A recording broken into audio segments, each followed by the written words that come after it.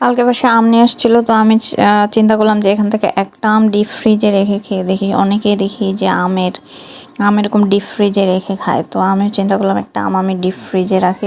এই আমটা ডিপ ফ্রিজে রাখছি, রাখার পর বের করে দেখি ওমা একদম পুরা বরফের মতো হয়ে গেছে, ছুরি দিয়েও কাটতেছিল না। তারপর ছুরি দিয়ে আমি এরকম মানে যতদূর চেষ্টা করা সম্ভব ছুরি দিয়ে কাটার চেষ্টা করলাম। এই দেখেন সাইডে মানে অল্প একটু কাটতে পারছি, পরে চিন্তা করলাম না এভাবে কাটবো না।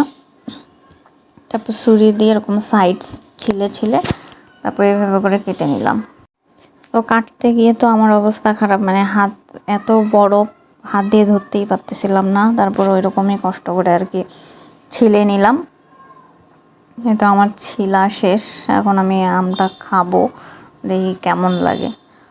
তারপর যেই এক কামড় মুখে দিলাম মনে হচ্ছিল আমার দাঁতই ভেঙে যাবে, খাইতেই পারতেছিলাম না।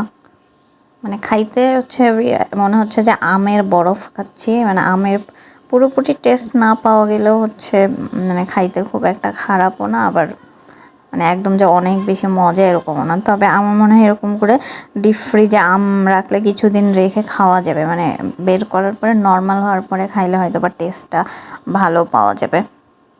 তো যাই হোক, কী আর করার, যেহেতু রাখছি সেহেতু তো খাইতেই হবে, নষ্ট তো আর করা যাবে না। তো তারপর পুরো আমটা আমি এরকম করে খেয়ে নিলাম। যাদের আমার মতো এরকম আজেইরা কাজ করতে ভালো লাগে, তো তারা এটা ট্রাই করতে পারেন, ডিপ ফ্রিজে আম রেখে এরকম আমের বরফ খাইতে পারেন। সো আর কি বলবো, আমটা ওইরকম পুরো আমটা আমি এরকম একাই খাইলাম, কারণ এই বরফ আম কাউকে দিলে আমার কপালে খারাপ আছে, কেউ খাবে না, বলবে এটা কী বানাইছো। এই জন্য নিজেই খেয়ে নিলাম। তো ভিডিওটা শেষ করলাম, সবাই ভালো থাকবেন, সুস্থ থাকবেন।